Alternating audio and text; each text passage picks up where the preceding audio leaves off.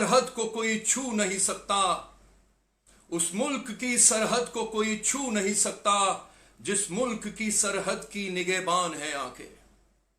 वही लम्हा, वही माहौल, और मैं समझता हूं कि आज देशभक्त में, पूरे देश में वही माहौल है, वही राष्ट्रभक्ति का माहौल है। चाइना की जो परिस्थिति है, कहते हैं कि 1967 के बाद पहली बार कुछ ऐसा हुआ है, ऐसा वाकया हुआ है कि वहां पे हमारे आज 3 जवान शहीद हुए हैं, और ये भी रिपोर्ट्स आए कि हमने चीनियों का अच्छी तरह से मुकाबला किया है, गोली नहीं चली है, हाथापाई हुई है। जिस तरह से भी हो, हमारे जवानों ने, हमारे वीर जवानों ने उनका पूरी पुश्तैदी के साथ पूरा अच्छी तरह से उनका मुकाबला किया है, और स्थिति के बारे में अभी भी जानकारियां आ रही है। लेकिन आपको समझना पड़ेगा, चाइना में जो हो रहा है एक छोटी मोटी बात नहीं है, ये डराने धमकाने वाली बात नहीं है। ये वही ग्रेट गेम का सिलसिला है जो पिछली सदी के शुरुआत के शतक में ग्रेट गेम हो रही थी, कि जब हम बरतानवी हुकूमत के गुलाम थे, कॉलोनी थे, तब रूसी एम्पायर को और उसके बाद कम्युनिस्ट रशिया को हिंद महासागर तक पहुंचने के लिए, रास्ता रोकने के लिए ग्रेट गेम चलाई गई थी। उस वक्त हम गुलाम थे, इसलिए हमको बहुत बड़ा मुआवजा उठाना पड़ा। देश का बंटवारा हुआ, देश का बंटवारा इस कारण से, इस वजह से एक प्रिंसिपल रीजन था, और इसी कारण से हिंदुस्तान में पैदा हुए लाखों हिंदुस्तानियों को टू नेशन थ्योरी के नाम पे वर्गलाया गया, टू नेशन थ्योरी के नाम पे, इस्लाम के नाम पे देश का बंटवारा कराया गया। लेकिन उसके पीछे साजिश लंदन में रची गई थी, जिन्ना को वहां पे कल्टीवेट किया गया था, और टू नेशन थ्योरी के नाम पे हिंदुस्तान का बंटवारा किया था, क्योंकि उनका एक टारगेट था, स्ट्रेटेजिक टारगेट यह था कि रूसियों को किसी भी तरीके से बहरे हिंद यानी हिंद महासागर में आने का रास्ता रोका जाए। आज भी वही परिस्थिति है, हिंद महासागर में आने का रास्ता ढूंढ रहे हैं। इस बार महाशक्ति जो ऐसा करने की कोशिश कर रही है वो चाइना है, जो वहां पे पाकिस्तान के थ्रू, कराकोरम हाईवे के थ्रू, गौदार पोर्ट के थ्रू हिंद महासागर में अपना प्रभुत्व, अपनी डोमिनेशन मेंटेन करना चाहता है।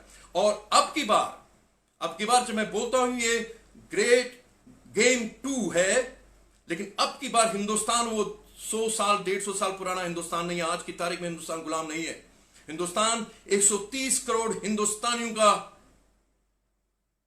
अब की बार हिंदुस्तान 130 करोड़ हिंदुस्तानियों का है, बदला हुआ हिंदुस्तान है, ईंट का जवाब पत्थर से देने वाला हिंदुस्तान है। बदला लेंगे, पूरा मुकाबला करेंगे, 1 इंच जमीन नहीं खोने देंगे। और इसलिए मैं आप लोगों से अपील करता हूं, आप अपने द्वारा लोगों से मिलिए, लोगों से बात कीजिए और बताइए कि देश किस परिस्थिति गुजर रहा है और हो क्या रहा। अभी हमारा टेस्ट का टाइम है, इम्तिहान का टाइम है। 1962 से पहले अभी सब लोग केंद्रीय सरकार नरेंद्र मोदी से प्रश्न पूछ रहे हैं कि वहां पे क्या हो रहा है। जब इस इमरजेंसी सिचुएशन में, जब सुरक्षा के जो एक्सपर्ट्स हैं, जो मिलिट्री के एक्सपर्ट्स हैं, एयरफोर्स के एक्सपर्ट्स हैं, जो सुरक्षा कर्मी हैं, अगर वो लोग अभी बैठ के इस बात का जायजा ले रहे हैं कि परिस्थिति क्या है, इसका कैसे रिस्पांस देना है, राष्ट्र हित में क्या होगा, ताकि हम लोग इस बार कमजोर न दिखाई दे, क्या करना होगा, उन हालात में ये लोग जो अपने आप को विपक्ष बोलते हैं, भारत का विपक्ष बोलते हैं, भारत का राजनीतिक विपक्ष बोलते हैं, वो लोग सवाल कर रहे हैं कि भैया हमको हिसाब दो, हमको ये बताओ और ये बताओ। आप जानिए किसी मुल्क में ऐसा हो सकता है, किसी मुल्क में ऐसा विपक्ष हो सकता है, जब हम वहां पे बॉर्डर जूझ रहे हैं चीनियों के साथ, यहां पे अपने अंदर, देश के अंदर बैठे हुए लोग कम दुश्मन नहीं है। मैं उन लोगों से पूछना चाहता हूं, जब अक्साई चीन चाइना ने जब अक्साई चीन पे कब्जा किया हो तो कोई जंग नहीं हुई थी। चीनी घुस गए थे अक्साई चीन में 50 के दशक में, बैठ गए थे वहां पे, अपना कब्जा जमा लिया था, अनाउंस कर दिया। किस वक्त? वहां के तत्कालीन प्रधानमंत्री जुआनलाई ने, जब हमारे दिल्ली के अंदर और बीजिंग के अंदर नारे लगते थे हिंदी चीनी भाई भाई, हिंदी चीनी भाई भाई के नारे लग रहे थे, वहां से जुआनलाई ने, चीन के तत्कालीन प्रधानमंत्री ने घोषणा कर दी कि अक्साई चीन हमारे कब्जे में है। तो दिल्ली में क्या होता है? दिल्ली में हमारे यहां पे पार्लियामेंट में बात होती है तो बोला जाता है अरे भाई वो तो बंजर इलाका है, वहां तो घास का एक तिनका नहीं उगता। यह था रिस्पांस तत्कालीन प्रधानमंत्री, पहले देश के प्रधानमंत्री जवाहरलाल नेहरू का, कांग्रेस की पार्टी से जो आते थे, उनका यह रिस्पांस था पार्लियामेंट के अंदर। तो उस वक्त हमारे जो वहां पे पार्लियामेंट में एक बहुत वरिष्ठ नेता थे, महावीर त्यागी जी नाम था उनका। वो लोग क्या कहते हैं, वो महावीर त्यागी ने क्या बोला कि मेरे सिर के ऊपर एक बाल नहीं है तो क्या मैं अपनी गर्दन काट दूं। यह था राष्ट्रभक्त। और जो उस वक्त सरकार के अंदर थे उनकी रिस्पांस क्या थी कि वहां तो घास का तिनका भी नहीं उगता, गया तो गया। और उसके बाद क्या होता है, उसके बाद 50 के दशक से लेके शुरू से लेके हमारी मिलिट्री ने बार बार इस केंद्र सरकार को बोलते रहे, इस मिलिट्री ने बार बार केंद्र सरकार को बोलते रहे कि चीनियों की तरफ से खतरा है तो हमें अपनी सुरक्षा मजबूत करनी चाहिए। लेकिन दिल्ली से नजरअंदाज किया गया और हुआ क्या, 1962 की जंग हो गई। 1962 की जंग हो गई, हम बिल्कुल तैयार नहीं थे। बहुत सारे सेक्टर्स में तो हमारे जो पुलिस थे, पुलिस के लोगों ने वहां पे चीनी फौजियों के साथ जंग की। 303 बंदूक के साथ लोगों ने, हमारे जवानों ने जंग की, लेकिन अपने हौसला नहीं हारा। हम 62 की जंग हारे क्योंकि हम मिलिट्री तौर पे तैयार नहीं थे जंग के लिए, लेकिन हौसला, जज्बा हिंदुस्तानियों का, हौसला और जज्बा हिंदुस्तानी आर्मी का तब भी वही था, आज भी वही है। उस वक्त बहुत बड़ी गलती की गई। कहते हैं कि हम लोग अगर उस वक्त एयरफोर्स यूज करने का इजाजत देते तो शायद जंग के नतीजे बिल्कुल अलग होते, लेकिन नहीं दी गई इजाजत। जंग खत्म होती है तो उसके बाद हमारी रिस्पांस क्या रहती है, तब से आज तक, तब से कई बरसों तक केंद्र सरकार ने पूरे नेफा एरिया में जितना हमारा चाइना के साथ बॉर्डर है, वहां पे, उस बॉर्डर पे, पूरे हिमालयन बेल्ट में सड़कें बनाने का काम शुरू तो छोड़ो, बंद कर दिया जो बन रहा था। डर गया था दिल्ली, ये सोचते हुए कि कहीं चीनी लोग यही सड़कें जो हम बना रहे हैं, इन सड़कों को इस्तेमाल करते करते दिल्ली तक ना आ जाए। ये हमारा हौसला था। लेकिन आज वो बदल गया है।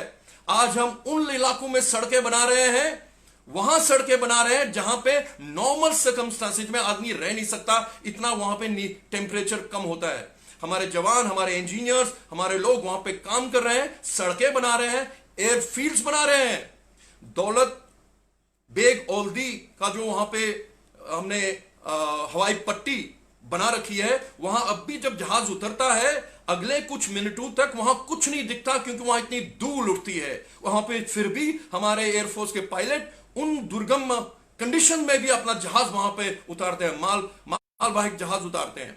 अभी क्या हो रहा है कि हम लोग उन्हीं एरिया में, उसी दौलत बेग ओल्दी के एरिया में सड़कें बना रहे हैं ताकि हमारी जो सप्लाई लाइन बिल्कुल ठीक तरह से चले। और चाइना को यह तकलीफ लग रही है। अब यह मत भूलिए कि जब हम कश्मीर की बात, लद्दाख की बात करते हैं, हम जम्मू कश्मीर और लद्दाख की बात करते हैं, जब आपने पिछले साल 5 अगस्त को 370 हटा दिया, आपने एक छोटा मोटा काम नहीं किया, आपने एक तारीखी काम किया, एक हिस्टोरिकल काम किया। आपने क्या किया, जो तब तक हो रहा था, क्या हो रहा था, हम लोग कश्मीर के ऊपर समझौता करने के लिए तैयार थे। बातचीत जब बात कर रहे थे ना, जब पाकिस्तानी लोग हिंदुस्तान के अंदर, हिंदुस्तान के टेलीविजन पे हमको हिदायत देते थे, हमसे दोस्ती कर लो, हमसे अमन कर लो, नहीं तो हम ये करेंगे और वो करेंगे। आज परिस्थिति बदल गई है। 370 हटाने के बाद कश्मीर के ऊपर हिंदुस्तान किसी के साथ बात नहीं करेगा, यह मैसेज दुनिया भर में गया है। यह बहुत बहुत बड़ी बात है। एक बात, इस वजह से चाइना को तकलीफ हो रही है, इस वजह से पाकिस्तान को तकलीफ हो रही है, इस वजह से चाइना और पाकिस्तान के जो दोस्त हैं उनको तकलीफ हो रही है, इस्लाम परस्त जितने भी लोग हैं उनको तकलीफ हो रही है। और हिंदुस्तान में बैठे हुए जो उनके दोस्त हैं, जो उनके लॉबिस्ट हैं, ये लेफ्ट, लिबरल, सेकुलर जो कबाल है, उनको तकलीफ हो रही है। इसीलिए मैं आज की तारीख में उन लोगों से पूछना चाहता हूं, आज तुम किस तरफ खड़े हो? क्या तुम हिंदुस्तान के साथ खड़े हो या अपने दुश्मन के साथ खड़े हो? क्योंकि 1962 में ऐसा ही हुआ था। जब जंग चल रही थी चीन के साथ, लोगों ने, हिंदुस्तान की औरतों ने अपने जेवरात, अपने मंगलसूत्र निकाल के देश के फंड के लिए, सुरक्षा फंड के लिए दिए थे। घर घर से देश को बचाने की आवाज निकल रही थी। लोग वॉलंटियर कर रहे थे कि हमें कुछ करना है देश के लिए, हमें करने का हमें मौका मिलना चाहिए। लेकिन उसी वक्त कुछ पॉलिटिकल लोग ऐसे थे जिन्होंने चाइना का साथ दिया। कम्युनिस्ट पार्टी ऑफ इंडिया के कई लोगों ने, जिनमें राष्ट्रभक्ति थी, देशभक्ति थी, उन्होंने ऐलान किया कि आप अपने सैनिकों के लिए खून का डोनेशन करेंगे। आप जानते हैं क्या हुआ? कुछ कम्युनिस्ट ऐसे थे, उन्होंने मना कर दिया। क्यों? क्योंकि आइडियोलॉजी उनकी वही बीजिंग से आती है, वही माओ जेतुंग की आइडियोलॉजी है। उस वक्त आपस में कहते हैं कि उन कम्युनिस्टों के आपस में झड़पें हुई, मारपीट हुई थी, यहां तक हालत हो गई थी। तो बीच में एक वरिष्ठ नेता, जो बाद में शायद मुख्यमंत्री भी बने थे एक प्रांत के, कम्युनिस्ट नेता, उन्होंने एक न्यूट्रल स्टैंड लिया, देश का स्टैंड नहीं लिया, न्यूट्रल स्टैंड लिया। कहते हम चाइना और हिंदुस्तान के बीच में शांति चाहते हैं। यह था रवैया। लेकिन आज भारत पूछता है उन लोगों से कि आज की तारीख में तुम लोग किसके साथ हो? भारत के साथ हो या भारत के दुश्मनों के साथ हो? लेकिन हमें आज की तारीख में 130 करोड़ हिंदुस्तानी हिंदुस्तान के साथ है। 130 करोड़ हिंदुस्तानी उन जवानों के साथ हैं जो वो भी सरहद पर खड़े हो गए, तैनात हैं, राष्ट्र की सुरक्षा करने के लिए तैनात है। अब ये हां बोले या ना बोले हमें नहीं फर्क पड़ता।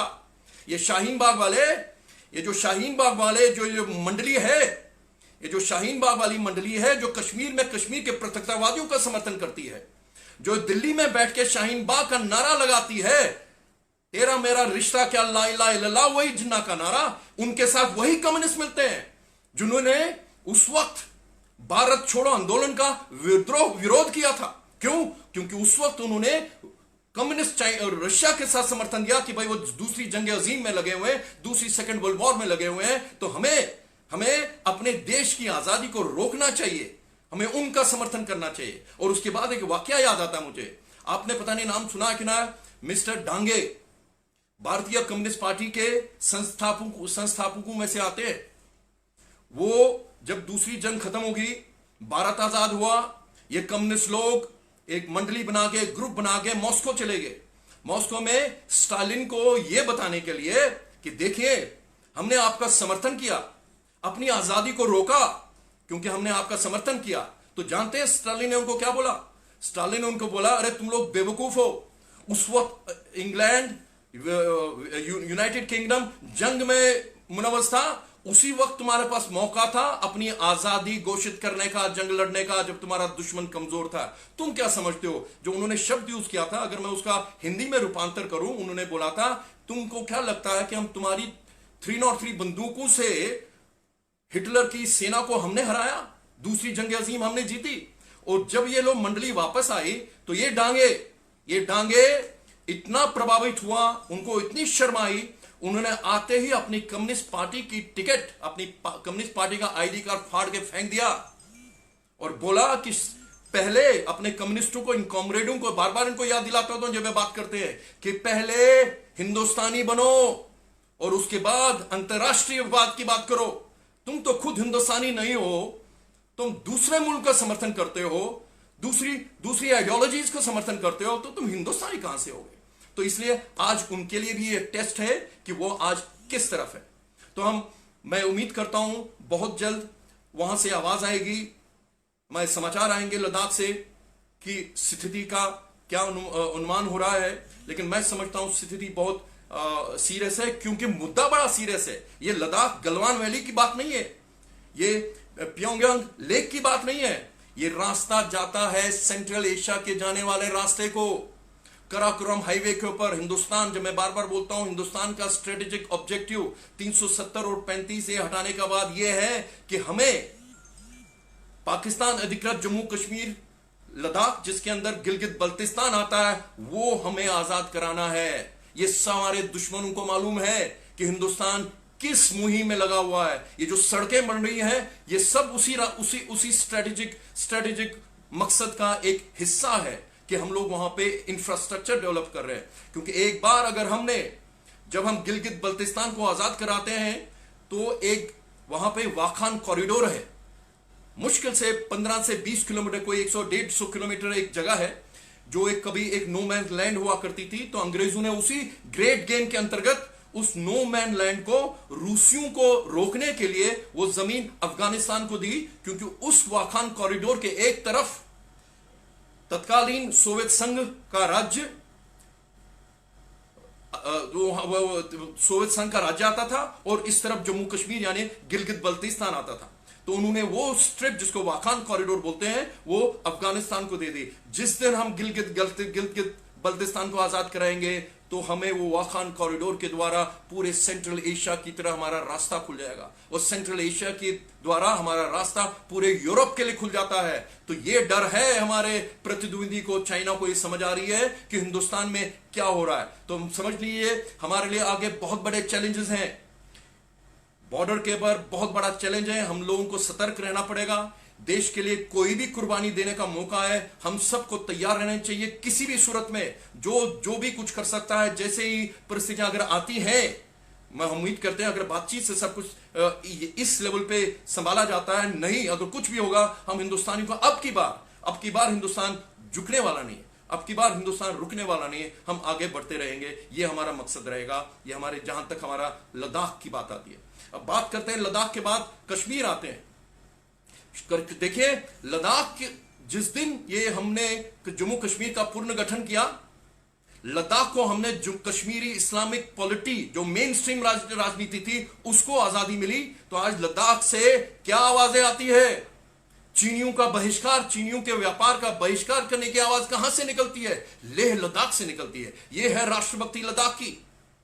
70 सालों से हमने उस लद्दाख को कश्मीर केंद्रित, कश्मीर से चलने वाली राजनीति में हमने उनको गुलाम बना के रखा था।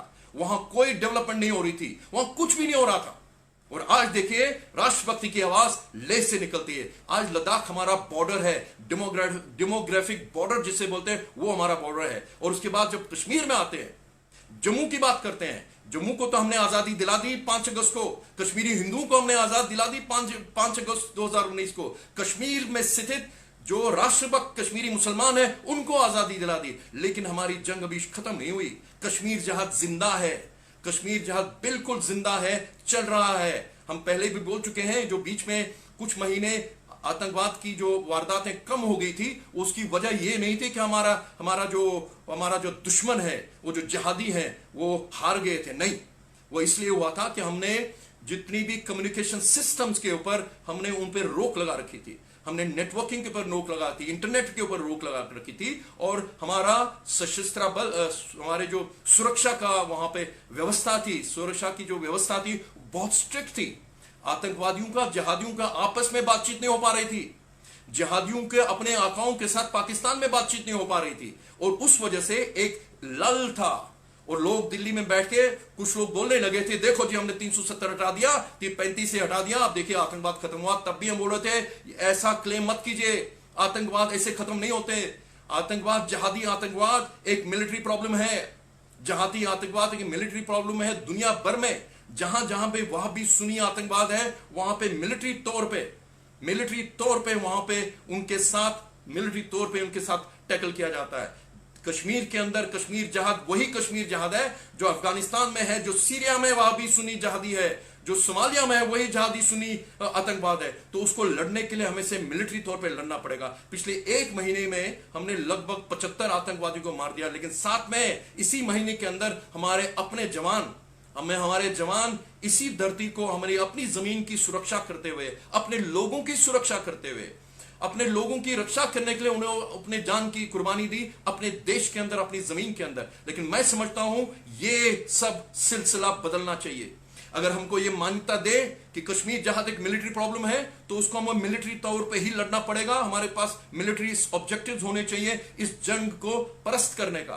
क्या होना चाहिए मिलिट्री ऑब्जेक्टिव? बार बार बोलता हूं, ये कश्मीर जहाद का जो वॉर थिएटर है, इसको हमने एलओसी के पार ले जाना है। एलओसी के पार ले जाने का मतलब हमारी जो टारगेट होने चाहिए कि पाकिस्तान अधिकृत जम्मू कश्मीर लद्दाख, जिसमें गिलगित बल्तिस्तान भी शामिल है, उनको हमें आजाद कराना है। जब तक हम ये नहीं करेंगे तो ये कश्मीर जहाद हिंदुस्तान को ब्लीड करता रहेगा अभी देखिए, जवान भी मर रहे हैं, सिविलियंस भी मर रहे हैं। एक कश्मीरी हिंदू राष्ट्रभक्त अजय पंडिता भारती, कितनी निर्मम हत्या हुई, कितनी बर्बरता के साथ उसको मारा गया।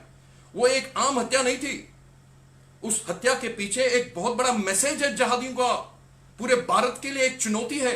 वो मैसेज क्या है कि आज की तारीख में भी जम्मू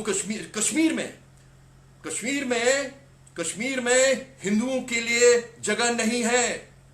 और उस मैसेज का दूसरा हिस्सा क्या है, चूंकि अजय पंडिता भारती पंच थे, ग्रास रूट लेवल पे भारतीय डेमोक्रेसी को लागू कराने की कोशिश कर रहे थे, तो यह भी एक मैसेज है कि कश्मीर के अंदर जहां पे उनका एजेंडा है आजादी बराए इस्लाम, वहां पे हिंदुस्तान की डेमोक्रेसी हमारे यहां, उनके यहां वेलकम नहीं है। क्योंकि इस्लामोफैशिज्म और डेमोक्रेसी एक अपोजिट है एक दूसरे के। डेमोक्रेसी और इस्लामाबाद इकट्ठे एग्जिस्ट नहीं कर सकते, दुनिया में कहीं पर भी नहीं एग्जिस्ट कर सकते। इसलिए यह मैसेज हमको सीरियसली लेना पड़ेगा, बहुत सीरियसली। कितनी बर्बरता, आप इमेजिन कर लीजिए, पूरे गांव के अंदर एक हिंदू था, वो हिंदू उस पूरे गांव की सेवा कर रहा था, एक नहीं आया उनके बचाव के लिए। उनकी लाश, उनकी बहन के अनुसार, उनकी बहन ने क्या स्टेटमेंट दिया, उस इंसान का जिस्म, शरीर, जख्मी शरीर वहीं पड़ा रहा, लेकिन किसी ने यह मानवता नहीं दिखाई कि उसके लिए उसको उठा ले, उसको पानी दे, उसको अस्पताल ले जाए। बहुत देर के बाद कोई महापुरुष आया और एक बच्चा, कोई लड़का आया, उन्होंने उस बहन के साथ उसको हॉस्पिटल ले गए। अगर वक्त पे ले जाते, शायद आज अजय पंडिता भारती आज जिंदा होते। ये है कश्मीर। ये लोग जो भाईचारे की बात करते हैं ना, एक मुंह से बोलते हैं कि अजय पंडिता भारती हमारे भाई थे, उसी मुंह से बोलते हैं कि रियाज नाइक उनका भाई है। ये है दोगलापन इनका। आज की तारीख में जो लोग भारत भूखे ये जो सेकुलर लिबरल लॉबी है, वो पूछ रहे हैं सरकार से कि वो क्यों मारा गया। ये नहीं कह रहा कि उनको जिन्होंने मारा है उनके प्रति एक आवाज नहीं निकल रही, पाकिस्तान के प्रति खिलाफ एक आवाज नहीं उठती। शशि थरूर अपने आप को कांग्रेसी बोलता है, क्या कहता है? कहता है कि कांग्रेसियों को मारा गया। कितने बेशर्म लोग हैं ये। शहादत को भी पार्टी के नाम पे ले लिया उन्होंने। एक शहादत जो भारतीय वहां पे मारा गया, हिंदुस्तान के नाम पे मारा गया, हिंदू होने के नाम पे मारा गया, उसको उन्होंने, उस आतंकवाद को उन्होंने पार्टी पॉलिटिक्स में बदल दिया और पूरी एलिबाई दी किसको? पाकिस्तान को। एलिबाई दी जहादियों को कि उनके ऊपर कोई उंगली आंच नहीं आ जाए। और यही शख्स शशि थरूर पाकिस्तान के अंदर कई साल पहले जब वहां पे ये हिंदुस्तान भारतीय मैत्रिता की बात चल रही थी ना, ये मोमबत्ती वाले सरहद पे आर पार जाते थे मोमबत्तियां लेने के लिए, बातचीत करते थे। उस बातचीत का मकसद सिर्फ एक था कि हिंदुस्तान को झुकाना है।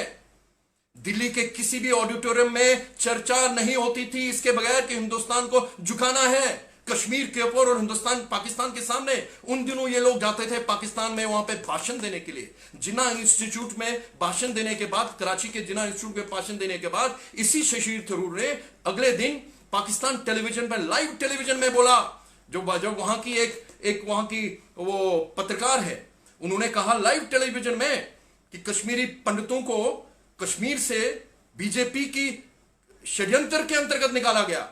तो ये शशि थरूर बोलता है, हां ये बहुत, that was a terrible thing, this is what he said on Pakistani television.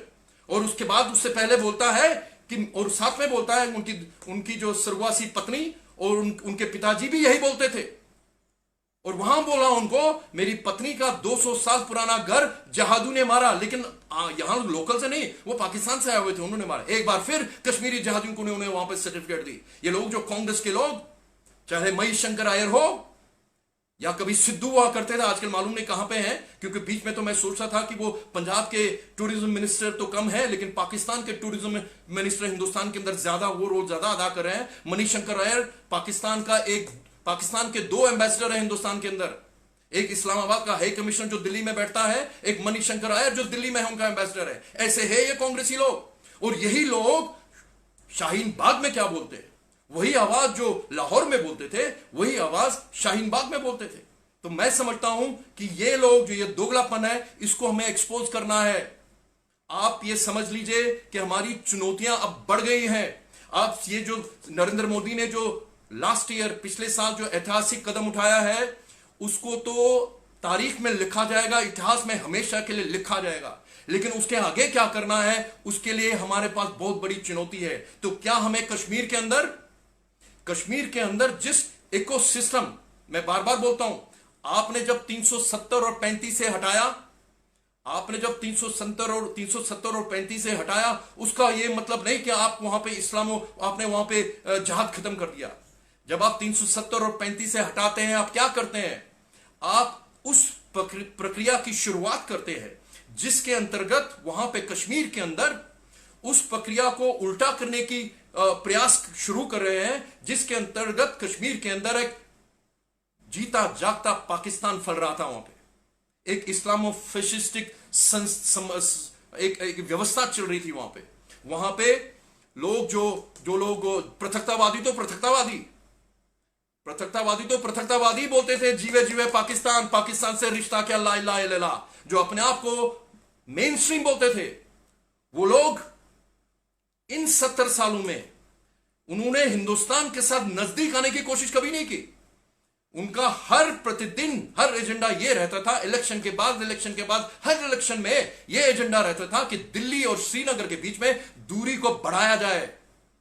आप इंटीग्रेशन की बात करते हैं, कहते हैं कि 370 जो कश्मीर और दिल्ली के बीच में एक पुल था, नहीं था। वो पुल उस दिन टूट गया। कश्मीर भारतीय संस्कृति का, हजारों साल की सनातन संस्कृति का स्रोत है। कश्मीर के कंकर में शंकर है। कश्मीर के बिंदु बिंदु में गंगा जल है। अरे 370 और 35A के द्वारा तो आपने कश्मीर को भारत के साथ अलग कर दिया, आपने रिश्ता नहीं बनाया। और ये जो आपकी जो अपने आप को नेशनल कॉन्फ्रेंस बोलते थे, इनका तो एजेंडा था ग्रेटर ऑटोनॉमी। ग्रेटर ऑटोनॉमी में क्या बोलते थे? एजेंडा क्या था इनका कि 1950 के दशक में जम्मू, श्रीनगर और दिल्ली का जो रिश्ता है वो 50 के दशक तक वापस ले आओ। क्या था वो रिश्ता? तो आपको जम्मू कश्मीर यानी लखनपुर बॉर्डर में घुसने से पहले वीजा या परमिट लेना पड़ता था कश्मीर के अंदर घुसने के लिए, जिसको हटाने के लिए महान श्यामा प्रसाद मुखर्जी ने बलिदान दिया। ये लोग वो परिस्थिति दोबारा लाना चाहते थे। ये था नेशनल कॉन्फ्रेंस। और पीडीपी का जो उनको जो पार्टी घोषणा पत्र है, सेल्फ रूल बोलते हैं, उसके ऊपर सबसे ऊपर उनका जो एजेंडा है वो क्या है? वो ये है कि कश्मीर के ऊपर यानी जम्मू कश्मीर, तत्कालीन जम्मू कश्मीर और लद्दाख के ऊपर हिंदुस्तान और पाकिस्तान का ज्वाइंट मैकेनिज्म ऑफ एडमिनिस्ट्रेशन होना चाहिए। ये थी हमारी मेन स्ट्रीम पॉलिटिक्स। इसका मतलब जम्मू कश्मीर के सेक्रेटेरिएट के ऊपर एक तो हिंदुस्तान का झंडा था, एक तो जम्मू कश्मीर का झंडा था, और उसके साथ पाकिस्तान का झंडा भी लगा रहता। ये सारे कारनामे हो रहे थे वो मुशर्रफ के 4 पॉइंट प्रोग्राम के अंतर्गत। सब कुछ हो रहा था। अभी तक मैं बार बार बता रहा हूं, नरेंद्र मोदी के जो पहला टेन्योर था उसमें भी यही गलतियां हो रही थी। जम्मू कश्मीर को सीरियसली नहीं ले गया था, तभी उन्होंने वो जो गठबंधन किया था पीडीपी के साथ जो मुफ्तीज के साथ गठबंधन किया था, वही गठबंधन की वही शुरुआत, वही कंटिन्यूटी थी उसकी कि कश्मीर के अंदर इस्लामिक पृथकतावाद को हमें जिंदा रखना है। क्यों? क्योंकि हमें एक पृथकतावाद, एक इस्लामवाद को खत्म करने के लिए हमें दूसरे पृथकतावाद को जिंदा रखना है। ये चल रही थी दिल्ली से पॉलिटिक्स। इसलिए ये तो शुक्र है प्रधानमंत्री नरेंद्र मोदी ने खुद बोला कि वो जो गठबंधन था पीडीपी और बीजेपी का, वो क्या था? महामिलावट था। और मैं आज पार्टी को, बीजेपी को, सरकार को और जम्मू कश्मीर का उनका जो दल है बीजेपी का, उनको बताना चाहता हूं, कश्मीर के अंदर जो 370 और 35 से हटा, ये किसी एक मनुष्य का काम नहीं, ये एक पार्टी का काम नहीं, ये 130 करोड़ हिंदुस्तानियों का जो विश्वास है उन्होंने नरेंद्र मोदी में दिया था, उसका नतीजा है। 130 करोड़ हिंदुस्तानियों ने नरेंद्र मोदी को एक इलेक्टोरल मैंडेट दिया था कि 370 हटेगा, और हटा। और आज की तारीख में आगे जो भी होगा वो उन्हीं 130 करोड़ हिंदुस्तानियों की आवाज होगी, और वो 130 करोड़ हिंदुस्तानियों की आवाज है कश्मीर का पूर्णतः गठन जो है होना चाहिए, कोई इफ्स और बट्स के साथ नहीं। क्या कर रहे थे अभी लोग? एक नई पार्टी का उजागर किया गया। कौन सी पार्टी? जो पुरानी पार्टियां जिनका मैंने अभी जिक्र किया, जो अपने आप को मेन स्ट्रीम बोलते थे, उन लोगों में से चुने हुए लोग, उनमें से कुछ ऐसे लोग भी हैं जिनके ऊपर मैंने खुद ब्रेकिंग न्यूज राष्ट्रीय टेलीविजन पे घंटों भर बहस की है, क्योंकि उनमें से कई लोगों के यहां पे हवाले का पैसा पकड़ा गया, आरडीएक्स उनकी गाड़ियों में मिला गया, एनआईए उनके ऊपर इन्वेस्टिगेशन कर रही थी। क्या आप उन्हीं को फिर से सता देना चाहते हो? वही कश्मीर के रहने वाले लोगों को, कश्मीर स्थित राजनीतिकों को, वही पुरानी सड़ी गली शराब नई बोतल में? क्या आपने समझ के रखा है जम्मू के लोगों को? क्या समझ के रखा? लद्दाख तो आजाद हो गया, लद्दाखियों का तो 15 अगस्त आ गया, लेकिन जम्मू और कश्मीरी हिंदुओं का अभी 15 अगस्त पूरी तरह नहीं आया। जब तक यह मानसिकता रहेगी कि जम्मू कश्मीर की जो तंत्र है वो कश्मीर स्थित इस्लामिस्टों के हाथ में ही रहेगी, तो तक जम्मू कश्मीर में हिंदुस्तान को चैन नहीं मिलेगा। आपने जो ये करने का तो शुक्र है, ये तो शुक्र है कि बवाल मच गया, और वो उनकी जो प्लानिंग थी वो खत्म हो गई। नहीं तो वही फिर होने वाला था, वही मुफ्तीज, वही एनसी, वही उन्हीं की पार्टियां, अब्दुल्ला के लोग वहां पे उनकी व्यवस्था चलने वाली थी। और अब जो करने वाले हो, आपने डोमिसाइल बनाया। डोमिसाइल जब बोलते हैं कि कश्मीर पूर्णतः हिंदुस्तान का हिस्सा है, ना इफ है ना बट है, तो डोमिसाइल की क्या जरूरत है? अगर आपने अब डोमिसाइल लगाया, हो सकता है आपको राजनीतिक कारण थे, आपके कुछ राजनीतिक कारण थे, ठीक है, मानते हैं, तो 15 साल का क्यों लिमिट रखा? क्या 5 साल जरूरी काफी नहीं थे?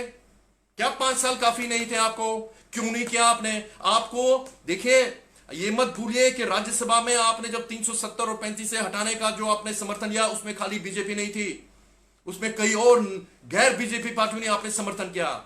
किसी की हिम्मत नहीं उनमें से हुई, जो संवेदनशील पार्टियां थी, जिनको एहसास हुआ अपने राष्ट्र ड्यूटी का, राष्ट्रभक्ति का, उन्होंने आपका समर्थन किया।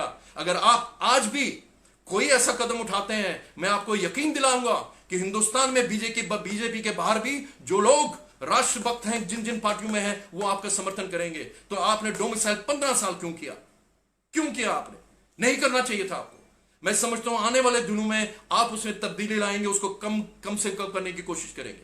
आपने कश्मीरी हिंदुओं को डोमिसाइल बात क्यों की? अरे कश्मीरी हिंदू तो डोमिसाइल है, हजारों सालों की संस्कृति है कश्मीरी हिंदुओं की, उनके तो रूट्स हैं कश्मीर। आप जो कश्मीरी हिंदू के बगैर कश्मीर का अस्तित्व है क्या?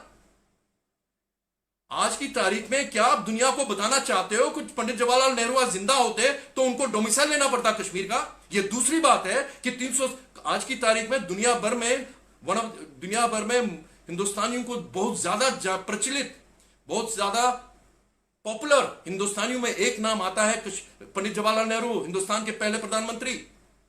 और सबसे ज्यादा जानने वाले कश्मीरी पंडित विश्व में जो है एक है, वो पंडित जवाहरलाल नेहरू।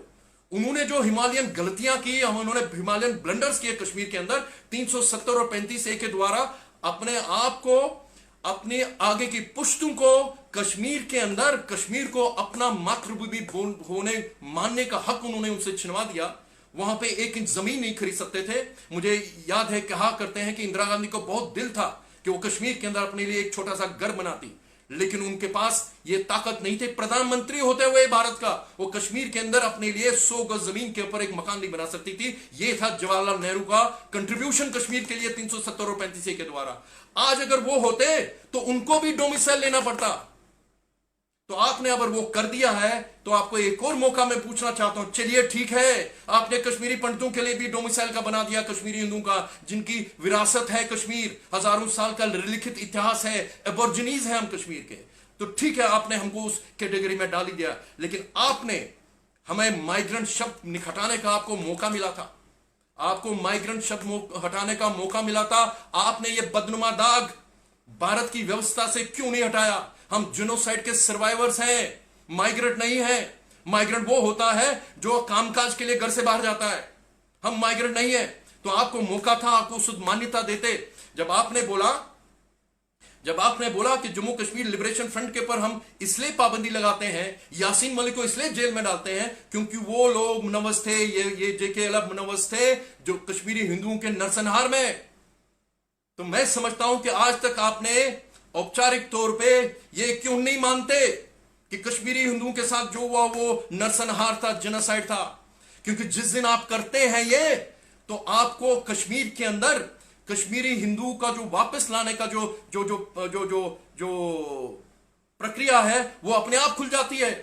जब आप जेनोसाइड मानते हैं कि कश्मीरी हिंदुओं के साथ हुआ, तो आप यूनाइटेड नेशन ऑफ ऑर्गेनाइजेशन का जो जेनोसाइड के ऊपर जितने भी रूल्स हैं वो आप पालन करेंगे, क्योंकि आपने उसके ऊपर हस्ताक्षर किए हुए अंतर्राष्ट्रीय UNO के अंदर। तो आपको कोई पूछ नहीं सकता कि आप क्या कर रहे हो। और जब आप ये कहते हैं कि हिंदुओं के साथ जो हुआ, कश्मीरी हिंदुओं के साथ जो हुआ वो जेनोसाइड था, तो आपको एक ट्राइब्यूनल बिठाना पड़ेगा।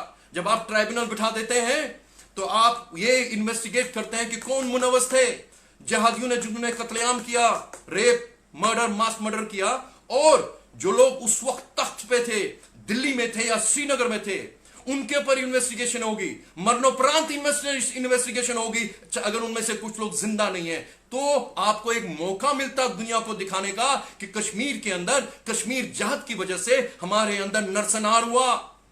आप जो वहां पे कार्रवाई करते हैं, जो दुनिया भर में कभी कभी हमको सुनना पड़ता है, जो पाकिस्तान के जो दोस्त मुल्क है, चाइना जैसा मुल्क है, वो लोग इसलिए भी उनको मौका मिलता बोलने का क्योंकि आपने विश्व को अभी तक नहीं बताया कि कश्मीर के अंदर हिंदुस्तानियों का जिनोसाइड हुआ इस कश्मीर जहद के द्वारा। इसलिए हमारा अधिकार है कश्मीर के ऊपर, क्योंकि हमारा आंतरिक मामला है, हम वहां पे कुछ भी कर सकते हैं, अपने कानून के अंतर्गत, पार्लियामेंट के अंतर्गत कर सकते हैं।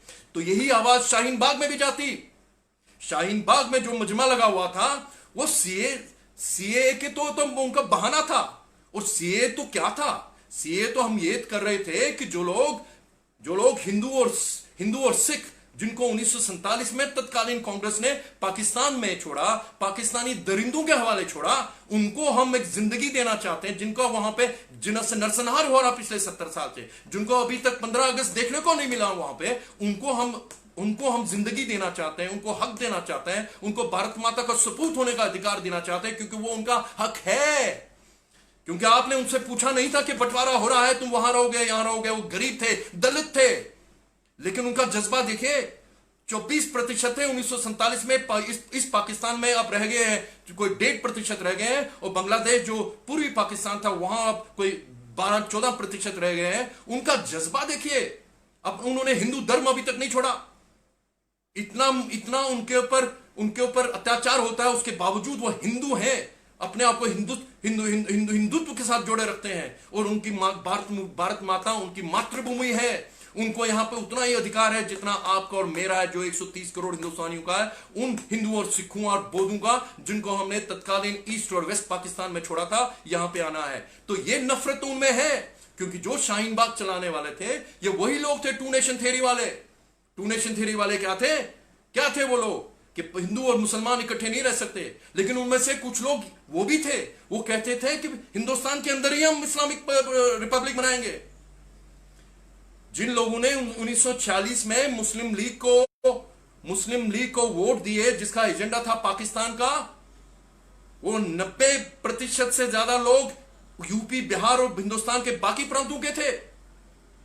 पंजाब, तत्कालीन अनडिवाइडेड पंजाब में मुस्लिम लीग को मेजॉरिटी नहीं मिली थी, वहां यूनियनिस्ट थे। उनको प्रोविंशियल सरकार बनाने के लिए कांग्रेस और अकाली ने समर्थन दिया था। और आज की तारीख में उसी पंजाब के अंदर ऐसी इस्लामिक शक्तियां पैदा हो गई, पाकिस्तान पंजाब के अंदर, जो पूरे पाकिस्तान को कंट्रोल कर रहे हैं। तो वो लोग जो यहां पे रह गए, कई लोग रह गए। क्या उनका नारा था उस वक्त 47 में? उनके से कई बार पहले भी बोल चुका हूं, आगे कभी बोलूंगा। उनमें से कई लोग जो नामी नाम थे, जिन्होंने 14 अगस्त 1947 को जब पाकिस्तान बना, जिन्होंने पाकिस्तान बनाने में बहुत बड़ा काम किया, वो लीडरान का नारा था, ए Muslim is a Muslim first. हमें इस बात का गर्व है, हमें इस बात की खुशी है कि हमारे भाइयों और बहनों को अपनी मुकद्दस जमीन पाकिस्तान मिल गई, लेकिन खुद यही रह गए। उनमें से कईयों का नारा यह रहा, हंस के लिया था पाकिस्तान, लड़के लेके हिंदुस्तान, वो था आपका शाहीन बाग। शाहीन बाग में जब भी वो मंच पे आते थे, उनकी शुरुआत क्या होती थी कि कश्मीर से 370 और 35 से हटा दिया, इस्लाम खतरे में। ट्रिपल तलाक हटा दिया, इस्लाम खतरे में। राम जन्मभूमि का जो तब तक डिसीजन भी आ गया था, इस्लाम खतरे में। सीए तो बाद में था, क्योंकि उनको मालूम था कि सीए के उनके ऊपर सबको मालूम है वो क्या है। उनकी नफरत हिंदुओं और सिखों के प्रति वो तो सब जानते ही थे। वो तो उन्होंने आज तक कभी नहीं बोला। इस मंच से एक बार भी आपने शाहीन बाग से पाकिस्तान के खिलाफ कोई आवाज सुनी?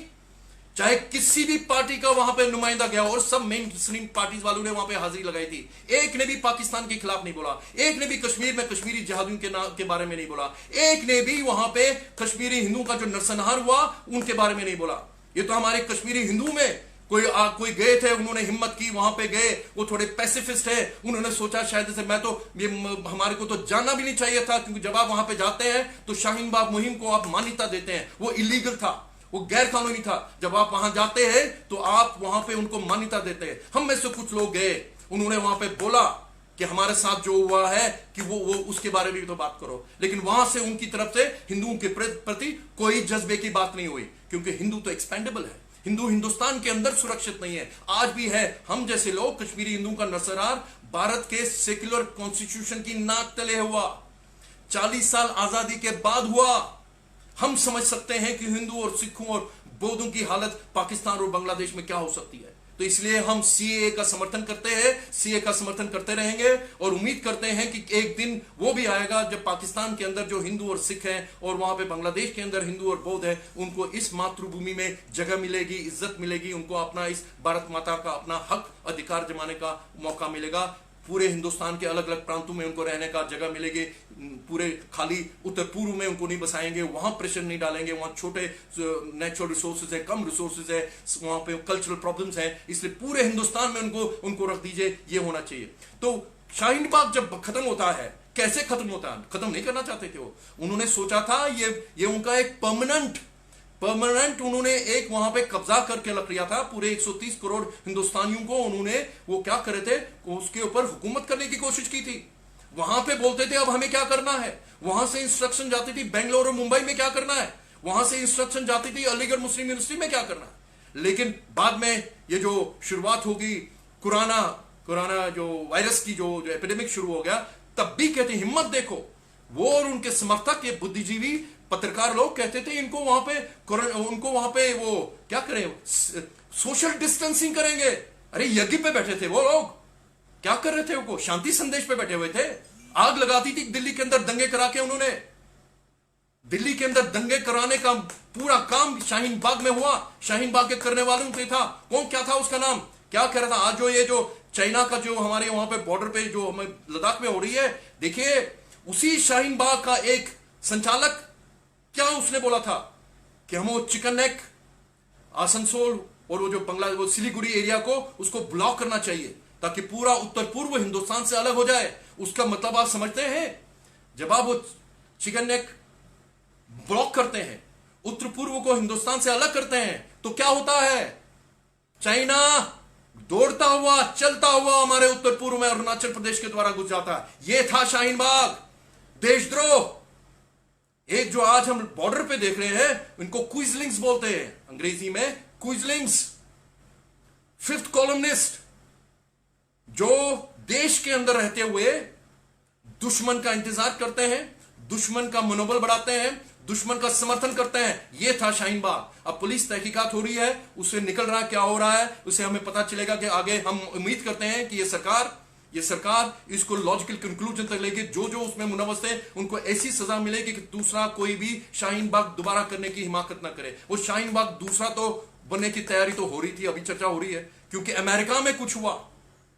अमेरिका में एक श्वेत अमेरिकन जॉर्ज फ्लॉयड, उसकी बर्बरता के साथ वहां पे किलिंग हुई, मारा गया वो, जिसके साथ पूरा विश्व उनके साथ संवेदनशीलता के साथ उनका समर्थन करता है, उन श्वेतों के साथ जिनका अमेरिका की हिस्ट्री रही है। वो लोग जो हमें प्रचलित करते हैं ना, अपने वो जो देते हैं हिंदुस्तान के अंदर जी मानव अधिकारों का उल्लंघन हो रहा है, वो अपने आंगन में देखे वो लोग क्या करते हैं। यहाँ पे हमारे यहाँ पर कोई उल्लंघन नहीं हो रहा है। देश के अंदर हिंदू देश होने के बावजूद कश्मीरी हिंदू पिछले 30 साल से अपने ही देश के अंदर शरणार्थी बने बैठे हैं।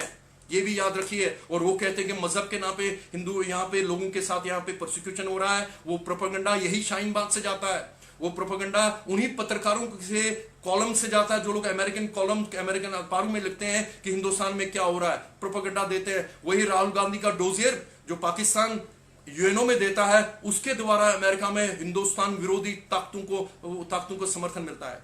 आज की तारीख में अमेरिका में जो कुछ हो रहा है उससे अब उल्टा हो रहा है। अब ये कह रहे हैं कि वहां पे जो हो रहा है हमें भी यहां करना चाहिए। एजेंडा वही है, एजेंडा वही है कि अगर वहां हो सकता तो यहां क्यों नहीं हो सकता। इनको ये लग रहा है कि उन्होंने जो लूट मार जो शाहीन बाग के बाद उत्तर पूर्व दिल्ली में हुई, मारकाट हुई, उनसे उनका दिल नहीं भरा, दोबारा करना चाहते हैं। याद रखें, दोबारा नहीं होगा। और मैं समझता हूं आज की तारीख में हम नहीं होने देंगे। कोई भी राष्ट्रपति, चाहे दिल्ली हो, बेंगलोर हो, चाहे वो मुंबई हो, कहीं पे भी हो, शाहीन बाग का झंडा, शाहीन बाग का तख्त नहीं लगने देगा। ये आपसे भी विनती करता हूं, चाहे कुछ भी करना पड़े, सरकार का समर्थन करना पड़ेगा कि कहीं से भी खबर आती है, कहीं पहला झंडा बैठ गया ना शाहीन बाग का, उसको उसी वक्त हटवाने का कार्यक्रम करवा दीजिए। हिंदुस्तान के अंदर ऐसा नहीं होगा। हिंदुस्तान के अंदर हिंदुस्तान का विद्रोह नहीं होगा। अब देखिए क्या कहते हैं, क्रिस्टोफर कोलंबस का वहां पे उसकी मूर्ति हटाई गई, उसका ये लोग समर्थन कर रहे हैं। कौन लोग समर्थन कर रहे हैं? जिनको तकलीफ हुई जब औरंगजेब रोड का हमने नाम बदल दिया, उनको तकलीफ हुई जब इलाहाबाद का नाम बदल दिया गया, उनको तकलीफ हो रही है जो मुगलसराय रेलवे स्टेशन का नाम बदल दिया गया। ये दोगले लोग 70 साल से हिंदुस्तान को बेवकूफ बना रहे हैं अपनी आइडियोलॉजी के ऊपर। बेवकूफ अमेरिकन और ब्रिटिश यूनिवर्सिटीज में लेक्चर देते देते हिंदुस्तान का नाम बदनाम किया, हिंदुओं का नाम बदनाम कर दिया। जहां जहां मौका मिलता है ये हिंदुओं का नाम बदनाम करते हैं। यहां शाहीन बाग और बेंगलोर और कई जगहों पे इन्होंने हमारे स्वास्तिका के ऊपर क्या क्या लांछन लगाया, क्या क्या गंदी गंदे शब्द प्रयोग के हिंदू के ऊपर। तो लेकिन हम लोगों ने सह लिया, लेकिन अब नहीं सहेंगे। और ये लोग अमेरिका में जा रहे हैं, उसका रेप्लिका यहां करना चाहते हैं, क्योंकि वहां जो तबाही मची है, किस माहौल के अंदर। देखिए ये भी बताना चाहता हूं, जो जॉर्ज फ्लॉयड के बारे में वहां पे जो मुहिम चली है, ब्लैक लाइव्स मैटर, उसके अंदर वो सारे तत्व मौजूद नहीं है जिन्होंने वहां पे लूटमार मचाई। उनके कई लोगों ने उन प्रदर्शनों का बहिष्कार किया जहां पे उन्होंने दंगा किया, जहां पे इन लोगों ने उस परिस्थिति का नाजायज फायदा उठाया, जिनको मैं अमेरिकन शाहीन बागी बोलता हूं। जो लोग यहाँ पे शाहीन बाग है, उनके वहां पे भी उनके भाई लोग वहां पे भी है, भाई बहन वहां पे भी, अमेरिका में भी है। उन्होंने उस परिस्थिति का नाजायज फायदा उठाया क्योंकि उनका अपने प्रेसिडेंट के साथ नफरत है, क्योंकि उनको अपने प्रेसिडेंट के साथ नफरत है। उसका बदला उनको जॉर्ज फ्लॉयड के साथ कोई हमदर्दी नहीं है, उनको अमेरिका के श्वेत लोगों के साथ कोई हमदर्दी नहीं है। श्वेत अमेरिका के लोग, उनको गर्व है अमेरिका होने का, वो अपने अमेरिका के पर कोई आंच नहीं आने देंगे। वो प्रदर्शन जब भी करेंगे शांतिपूर्वक करेंगे, लेकिन उनका प्रदर्शन इन्हीं दंगाइयों ने उसके ऊपर कब्जा कर लिया। वही दंगाई जो यहाँ पे शाहीन बाग में बैठे थे। तो इसलिए मैं कह रहा हूं, जो हिंदुस्तान में बैठे हुए जो शाहीन बाग के लोग हैं, वो ये अपने दिमाग में डाल दें कि हिंदुस्तान के अंदर दोबारा शाहीन बाग होने का कोई मौका नहीं है। उसके पीछे हमें सतर्क रहना पड़ेगा। अब मैं एक बार फिर ये थोड़ा सा पीछे जाना चाहता हूं। वो कश्मीर का जब हम बात करें, लोग जो बता रहे थे कि कश्मीर का हमें आगे से क्या करना है। देखिए, जब मैं आप लोगों के द्वारा देश को बताना चाहता हूं, आप लोगों ने, मैं एक गर्व से कह सकता हूं कि हम कश्मीरी हिंदू लोगों ने, हम बाकी राष्ट्रभक्त हिंदू लोगों ने, बहुत लोगों ने, जिस प्लेटफॉर्म से मैं बात कर रहा हूं, इस प्लेटफॉर्म को चलाने वाले लोगों ने इतनी मेहनत की, इतने साल पूरे हिंदुस्तान को, पूरे 130 करोड़ हिंदुस्तानी को हमने जगाया। गांव में पंचायतों में जाके गए लोग जिन्होंने इस बारे में इसका प्रचलन किया कि हिंदुस्तान के आगे कितनी चुनौतियां हैं, हमको हटाना पड़ेगा, हमको ये करना पड़ेगा, वो करना पड़ेगा।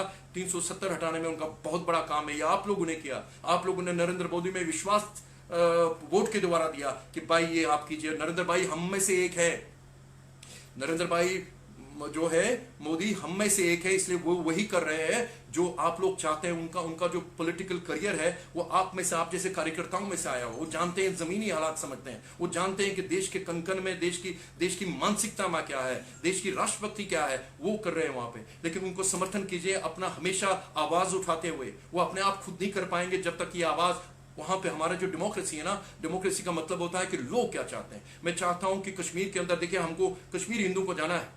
जब तक आप कश्मीरी हिंदू का वापसी का इंतजाम नहीं करेंगे तो कश्मीर के अंदर आप कश्मीर जहाद और इस्लामाबाद परस्त नहीं कर सकते। आपको कश्मीरी हिंदुओं का वहां पे बहाल करना पड़ेगा। वो कैसे कर सकते हैं? भेड़ बकरियों की तरह आप उनको वहां पे नहीं ले जा सकते। अभी जो कत्ल हुआ, मैंने बोला, अभी जो अजय पंटा भारती का जो शहादत हुई, ठीक है, उसको व्यर्थ मत होने दीजिए। हम कश्मीरी हिंदू को वापस जाना है, एक एक पूरे प्लानिंग के अंतर्गत वापस जाना है। आपने अमित शाह जी ने पार्लियामेंट में जब बोला कि जम्मू कश्मीर का पुनर्गठन की प्रक्रिया शुरू हुई है, जिसके अंतर्गत लद्दाख को एक यूनियन टेरिटरी बना दिया गया, जम्मू कश्मीर को एक यूनियन टेरिटरी बना दिया गया, और यह भी बोला कि यह प्रक्रिया आगे भी चलती रहेगी। हमें पूरा विश्वास है, मुझे पूरा विश्वास है कि वो जो अमित शाह जी है, नरेंद्र मोदी जी है, उनको मालूम है कि पनून कश्मीर क्या है, पनून कश्मीर मार्गदर्शन क्या है। हमारे पनून कश्मीर मार्गदर्शन ने पूरे भारत को जिहाद के साथ लड़ने का व्याकरण दिया, शब्दावली दी। 30 साल ये पनून कश्मीर की मेहनत है। हमने मार्गदर्शन के द्वारा ये संदेश दिया था कि जम्मू कश्मीर का पूर्ण गठन होना चाहिए, जम्मू कश्मीर में, कश्मीर के अंदर पनून कश्मीर की यूनियन टेरिटरी बननी चाहिए। जो कश्मीरी हिंदू वहां पे रहेंगे, उनकी जो व्यवस्था है दिल्ली के अंतर्गत रहेगी। मैं आज की तारीख में कश्मीर नहीं जाऊंगा, उनका पड़ोसी नहीं बनने जाऊंगा जिनकी देख रेख में कश्मीरी हिंदू का नरसंहार हुआ। आपको अगर कश्मीर के अंदर पूर्णतः दोबारा भारतीयता को बहाल करना है, तो आपको वहां पर पनून कश्मीर की यूनियन टेरिटरी बनानी पड़ेगी। और आपको ये इंश्योर करना नहीं हो हिंदुस्तान के किसी कोने में किसी हिंदू का जेनोसाइड नहीं हो, तो उसके लिए एक बिल बनाया गया है, Panun Kashmir genocide prevention bill, prevention of atrocities and genocide bill. मैं आप लोगों को विनती करता हूं, आप पनून कश्मीर के वेबसाइट पर जाके इस बिल का अध्ययन कीजिए, समर्थन कीजिए। यह बिल सारे पार्लियामेंटरियंस को जा चुका है। हम उम्मीद करते हैं आप इसके ऊपर टिप्पणी देंगे और ये प्रेशर देंगे सरकार के ऊपर कि इसको लागू किया जाए, ताकि कश्मीर के अंदर पार्लियामेंट्री कानून के अंतर्गत कश्मीर में ये कश्मीरी हिंदुओं को न्याय मिले और कश्मीर के अंदर पनून कश्मीर की यूनियन टेरिटरी की स्थापना हो, ताकि कश्मीर के अंदर भारत का झंडा मैं छाती के ऊपर लेके वहां पे चलता रहूं। और तीसरी बात ये बतानी चाहिए, जैसे अभी कोरोना का हमारे पास हमारा संकट चल रहा है। कोरोना की परिस्थिति ऐसी है, मुझे लगता है आपको याद होगा जब नरेंद्र मोदी ने बोला, क्या बोला, कितना दिल से बोला, जान है तो जहान है। एक एक भारतीय ने उनका समर्थन किया, दिल से समर्थन किया। हम लोगों को मालूम था कि हमारी परिस्थिति क्या होने वाली है, आर्थिक परिस्थिति क्या होने वाली है। जो नरेंद्र मोदी ने बोला, हमने उसका पालन किया। हमने कष्ट उठा रहे हैं अभी सब लोग, हम सब लोग। ये देखें, ऐसी मुसीबत है, एक हिंदुस्तानी को तकलीफ नहीं हो रही है, या खाली हिंदुस्तानियों को तकलीफ नहीं हो रही है, पूरे विश्व को, पूरी मानवता अभी खतरे से जूझ रही है। तो हम हिंदुस्तानियों ने अपने कमांडर, ये जो जंग चल रही है कोरोना के खिलाफ, नरेंद्र मोदी भारत की तरफ से उस जंग का नेतृत्व कर रहे हैं, उस जंग के खिलाफ नेतृत्व कर रहे हैं। हमने उनका समर्थन किया, दिल से किया, कोई प्रश्न नहीं पूछे। हालांकि ये जो लोग जो ये हमारे अपने आप को अपोजिशन बोलते हैं, उन्होंने एक दिन चैन से नहीं बैठने दिया इस प्रधानमंत्री को, जो इस जंग से जूझ रहे थे। खाली ये कोरोना नहीं देख रहे थे, वो कोरोना के साथ साथ अपने कश्मीर के अंदर आतंकवाद भी संभाल रहे थे, LOC के ऊपर पाकिस्तान के हमले भी झेल रहे थे, चाइना की बढ़ती हुई मुसीबतों को झेल रहे थे वहां पे। उस दौरान भी उन्होंने हमें एक दिन भी चैन से नहीं बैठने दिया। हर दिन प्रश्न, ये नहीं किया, वो नहीं किया, ये नहीं किया, वो नहीं किया, यहां तक कि ये आवाज उठने लगी और उनके समर्थक पत्रकारों द्वारा new kind of federal system Hindustan में होना चाहिए, कि केंद्र बाकी राज्यों को यह नहीं बताए कि क्या करना चाहिए। अरे केंद्र जो कर रहा था उसकी तो पुष्टि वर्ल्ड हेल्थ ऑर्गेनाइजेशन ने की। भारत का जो फेडरल सिस्टम है वो तो केंद्र पे आधारित है। तो जब केंद्र सरकार जो प्लानिंग कर रही है, जो रूलिंग कर रही है, तो उसी का तो पालन होगा पूरे बाकी स्टेट्स के अंदर। लेकिन एक मुहिम चलाई गई नरेंद्र मोदी के खिलाफ, केंद्र सरकार के खिलाफ, कि भाई राज्यों को ये उनको अनुमति दी जाए कि वो अपने आप डिसाइड करें कि लॉकडाउन करना है, कितना करना है, हटाना, कब हटाना। मैं समझता हूं पॉलिटिकल प्रेशर बहुत बढ़ गया, नरेंद्र भाई के ऊपर बहुत पड़ा, मोदी जी को प्रेशर पड़ा। और मैं और ये भी जानता हूं कि ब्यूरोक्रेसी में भी कुछ लोग ऐसे हैं जो पुरानी व्यवस्था को मानने वाले भी लोग हैं। तो प्रेशर बढ़ गया और लॉकडाउन हटाने की प्रक्रिया शुरू हो गई। और नतीजा ये हुआ कि आज की तारीख में हम दिल्ली में जैसे देखें, बहुत परिस्थिति खराब है। दिल्ली में बहुत परिस्थिति खराब है। मुझे कभी भी लगता है कि हम कुछ लोग तो घर में बैठे हैं, लेकिन बाहर तो सब चल रहा है। क्यों चल रहा है, कैसे चल रहा है, कोई कंट्रोल नहीं है सड़क के ऊपर। तो और विशेषज्ञ लोग ये भी बोल रहे हैं कि परिस्थिति आने वाले दिनों में और खराब होनी चाहिए। तो मैं आज आपकी तरफ से दोबारा केंद्र सरकार को, नरेंद्र मोदी को ये अपील करता हूं कि प्लीज दिल्ली एक यूनियन टेरिटरी है, आप यहाँ पे तो एटलीस्ट इंटरवेन कर सकते हैं। मुंबई में नहीं कर सकते, आप वो दूसरे स्टेट्स में नहीं कर सकते, दिल्ली के अंदर कर सकते हैं। एटलीस्ट एक मैसेज जा सकता है बाकी जगहों के लिए कि क्या करना जरूरी है ऐसी परिस्थिति में, जानों को कैसे बचाया जा सकता है। मैं समझता हूं कि भूख से मरूं वो शायद मंजूर है, लेकिन अगर कोरोना से कोई मरता है तो वो खाली एक नहीं मरता, उसकी वजह से कई और लोगों की जान खतरे में पड़ती है।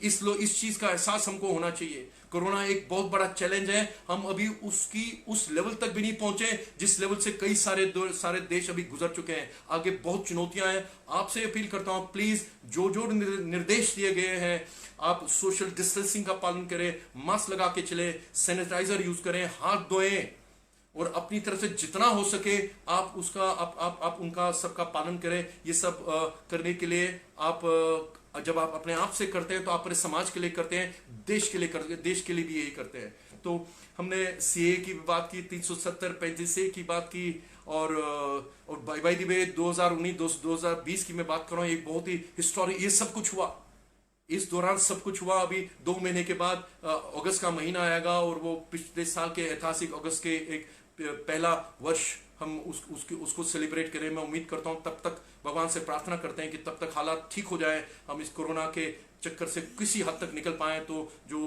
5 अगस्त को जो सेलिब्रेशंस होने वाली है पूरे भारत में, वो पूरे दम पे हो, वो दुनिया को मैसेज आए कि आज के बाद कश्मीर जो है, कश्मीर हिंदुस्तान का पूरा, इसके पर कोई बातचीत नहीं होने वाली है। तो मैं समझता हूं कि ये सारी परिस्थितियां जो है अब बदलने वाली है। और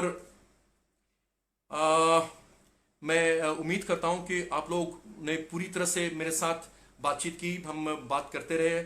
आप लोगों के प्रश्नों के उत्तर देने के लिए मैं बैठा हूं। अगर आप समझते हैं कि मैं कोई प्रश्न का उत्तर दे सकता हूं कि आप प्लीज, यू आर वेलकम, आप प्रश्न कीजिए। और एक चीज और बताने के लिए कि मैं इससे पहले कि खत्म करूं, एक बार फिर मैं बार बार बोलता हूं, मुझे कम नहीं होता कि मैं जम्मू के लोगों का अभिनंदन करता हूं, जम्मू के लोगों का, मैं डोगरा लोगों का मैं सल्यूट करता हूं कि वो लोग बड़े दिल के लोग हैं, राष्ट्रभक्त लोग हैं। उन्होंने कश्मीरी हिंदुओं को पलायन में, एग्जाइल के अंदर एक घर दिया है। हम आपका अभिनंदन करते हैं, हम आपके साथ हैं। आपकी जो भी राष्ट्रभक्त, राष्ट्र इंटरेस्ट के लिए जितनी भी आपकी मुहिम है, हम आपके साथ हैं। आजकल जो मुहिम है, हम उसके साथ जुड़े हैं। मैं आपके द्वारा ये भी एक प्रश्न उठाना चाहता हूं कि कश्मीर के अंदर अभी होने वाला है ये जो डिलिमिटेशन प्रोसेस जम्मू कश्मीर में होने वाला है, बहुत ही इंपॉर्टेंट मुद्दा है। बहुत अरसे से जम्मू में ये एक राष्ट्रभक्त लोग, जम्मू के लोग, उन्होंने एक वहां पे एक मुहिम चलाई है कि जम्मू के अंदर दोबारा डिलिमिटेशन प्रोसेस हो। क्या हो रहा था, थोड़ी सी पृष्ठभूमि दूंगा। डिलिमिटेशन के द्वारा कश्मीर के अंदर अभी तक जितने भी डिलिमिटेशन हुए थे वो फ्रॉड थे। डिलिमिटेशन का मतलब होता है कि हम ये तय करते हैं किस प्रदेश को, किस प्रांत को कितनी सीट्स मिलनी चाहिए, चाहे वो ये कितनी इलेक्टोरल सीट्स मिलनी चाहिए लेजिस्लेटिव असेंबली की, फॉर एग्जांपल, राइट। जम्मू को जान के कम सीटें दी गई आज तक जितने भी डिलिमिटेशंस हुए हैं जम्मू कश्मीर के अंदर, ताकि कश्मीर का जो हेजेमनी है, कश्मीर के इस्लामाबाद की जो हेजेमनी है, जम्मू के ऊपर है। पहले तो लद्दाख के ऊपर भी थी। कभी उनको ये नहीं मौका बता दिया कि जम्मू की जो जायज सीटें होने का हक है वो उनको, उनसे आज तक उनको उससे वंचित रखा गया। अभी मुहिम चल रही है, दोबारा होने वाला है कि जम्मू के लोग, हम राष्ट्रभक्त जम्मू कश्मीर के लोग, हम डिमांड करते हैं जम्मू का जो डिलिमिटेशन प्रोसेस है, जो केंद्रीय सरकार की तरफ से अभी शुरू कर दिया गया, हम चाहते हैं कि उसके ऊपर रोक हो। क्यों?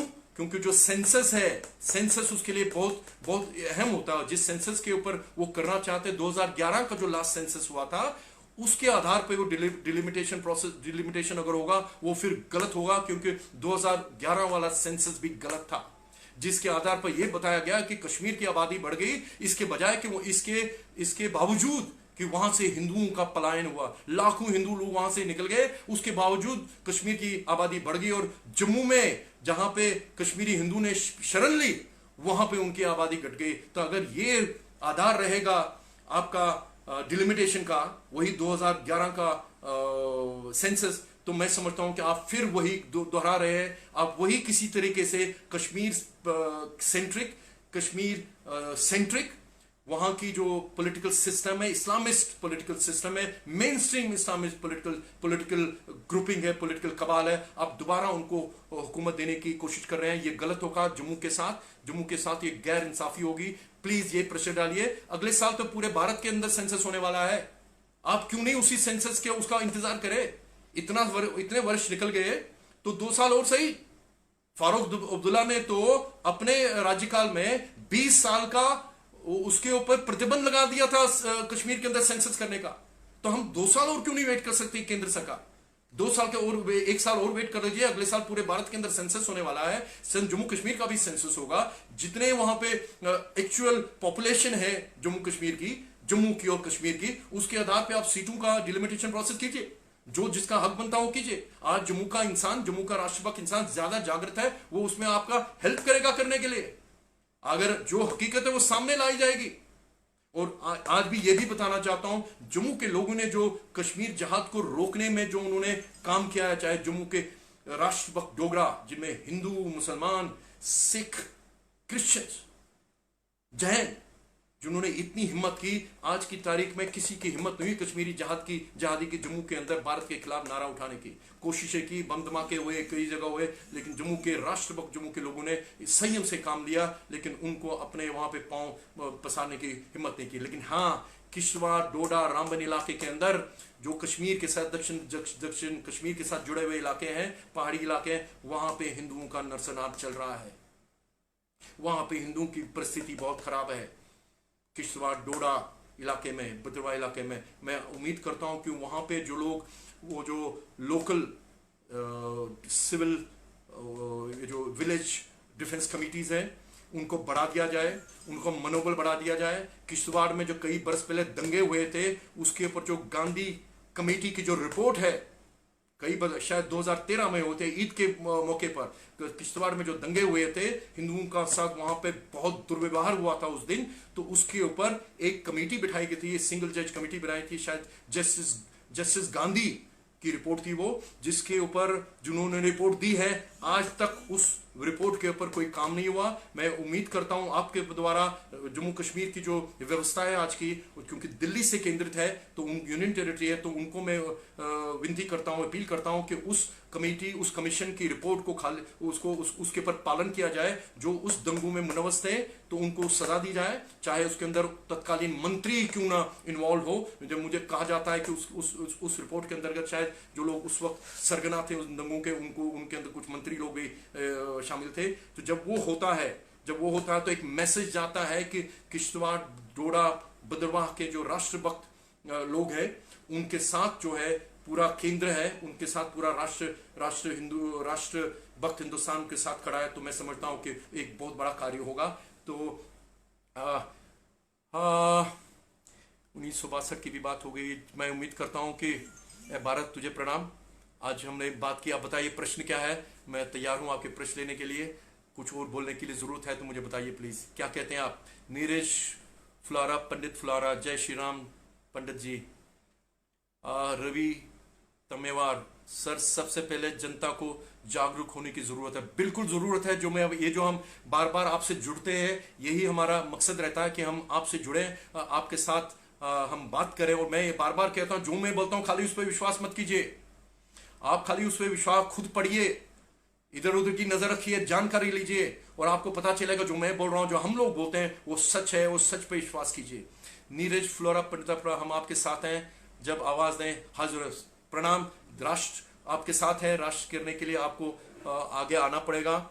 आप Rohit Khare, we are with you sir, thank you very much. जब आप मेरे साथ हैं तो आप भारत के साथ हैं, आप राष्ट्र के साथ हैं। जय जय भारत।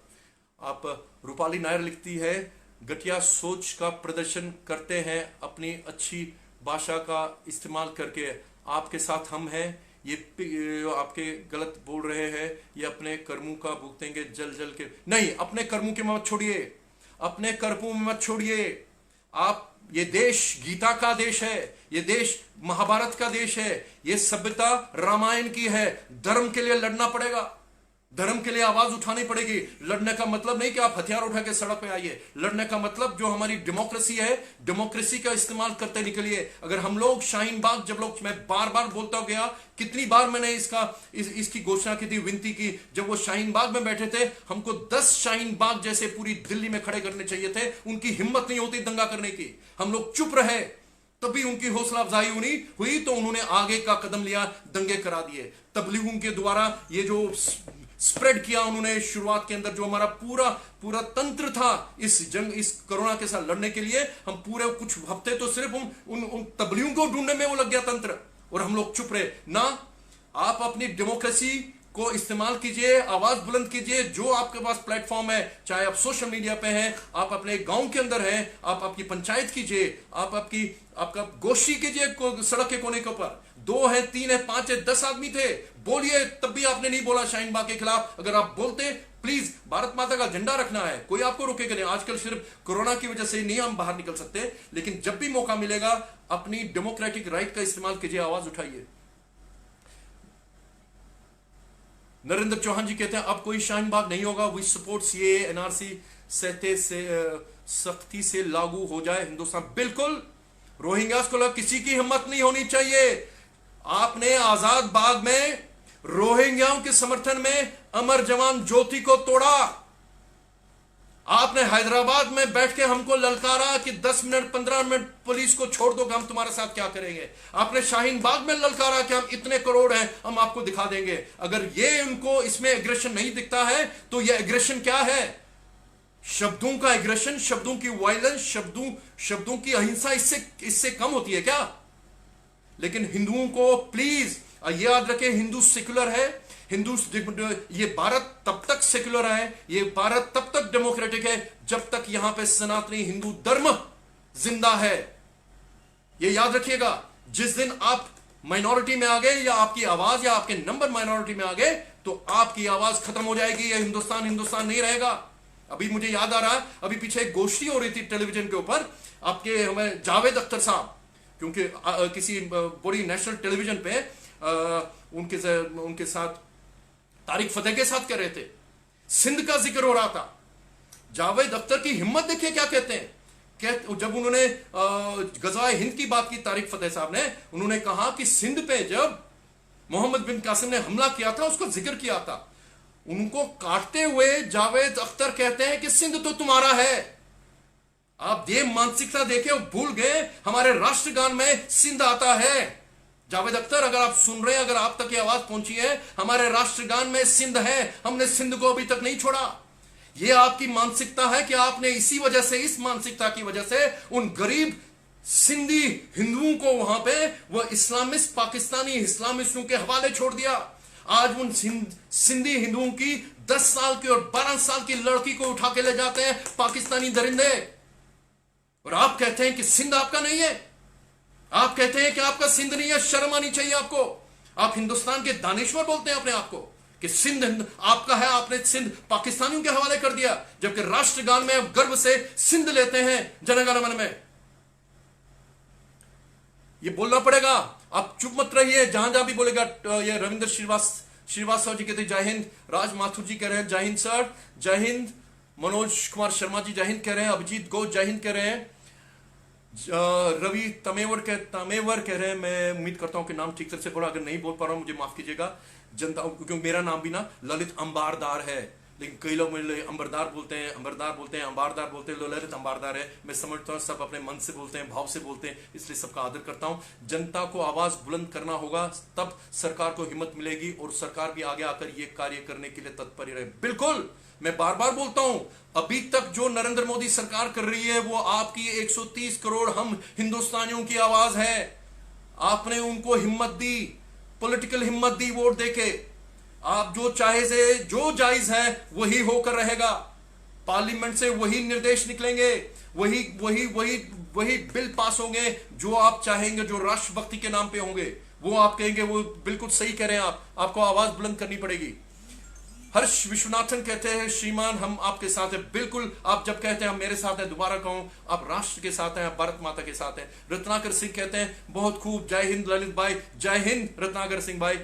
निधि शर्मा कहते हैं बिल्कुल प्लानिंग से जाएंगे। बिल्कुल डेमोक्रेसी का पूरा इस्तेमाल कीजिए, कानून का उल्लंघन नहीं करना हमने। हम राष्ट्रभक्त लोग हैं, इस देश के खिलाफ आवाज याद रखिए। कश्मीरी हिंदू ने बंदूक नहीं उठाई, लेकिन जो जो हमारे पास डेमोक्रेटिक रास्ते अवेलेबल थे पिछले 30 साल से, हमने उनका इस्तेमाल किया, पूरे हिंदुस्तान को जगाया, कोने कोने में गए, वक्त लगा। लोग हम पे हंसते थे कि 370 नहीं हटेगा, टिप्पणियां करते थे।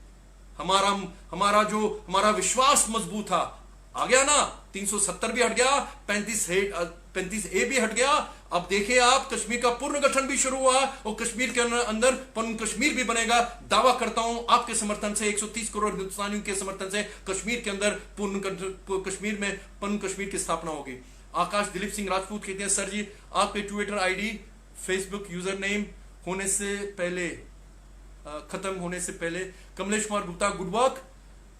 प्रतिमा Sharma all support to Kashmiri Pandit. जब आप कश्मीरी पंडित का समर्थन करते हैं, आप हिंदुस्तान की हजारों साल की सनातन संस्कृति का समर्थन करते हैं, आप भारत माता का समर्थन करते हैं। धन्यवाद। कुलदीप दत्ता सर कहते हैं national emergency must be declare, all private hospital must be taken over and all कोविड-19 health facilities hospitals both private and government must be brought to under India.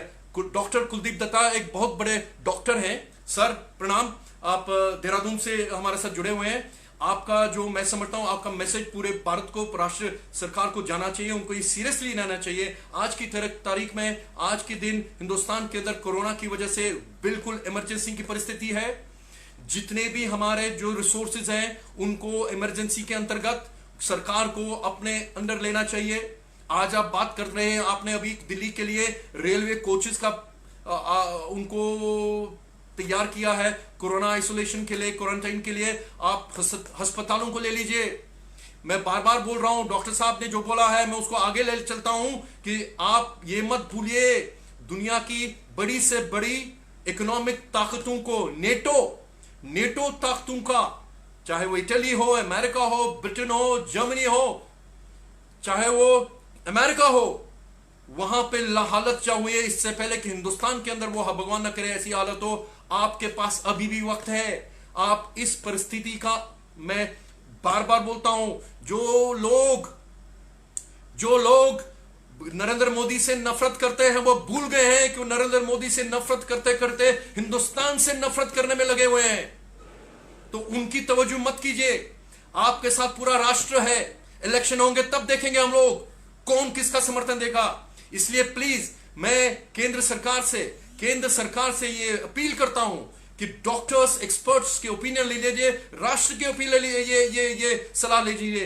पूरे जो मेडिकल संसाधन है, रिसोर्सेज है, उनको इमरजेंसी के अंतर्गत अपने कंट्रोल में ले लीजिए और इस कोरोना से लड़ने की व्यवस्था केंद्र के अंतर्गत होनी चाहिए। अगर आपको बाकी व्यवस्था चलानी है, स्टेट्स अपने लेवल पर चला सकते हैं, लेकिन कोरोना के अंतर्गत जो वॉर है ये नेशनल इमरजेंसी डिक्लेयर होनी चाहिए और इसको केंद्र सरकार अपने हाथों में ले, तभी मुझे लगता है कि इसका समाधान हो पाएगा। नहीं तो जैसे मुझे लग रहा है, जो नतीजे, जो हालात, जो माउंटिंग फिगर्स हैं, रोज दिन प्रतिदिन कितने नंबर बढ़ रहे हैं, उनकी जो हालत देखिए। जो अभी कुछ दिन पहले पंजाबी बाग, दिल्ली में पंजाबी बाग वो शमशान स्थल का जो दृश्य था वो बहुत ही दर्दनाक था, बहुत भयानक था। मैं आपको बोलता, पैनिक नहीं होना है, डरना नहीं है, लेकिन ऐसी परिस्थिति क्या है इसका संज्ञान लेना है, इसका ग्राउंड लेवल पे संज्ञान लेना है और उसको उसी प्रकार से उसके बारे में इसके रिस्पॉन्स होना चाहिए। वो डॉक्टर दत्ता ने जो बोल रहा है मैं समझता हूं बहुत बड़ा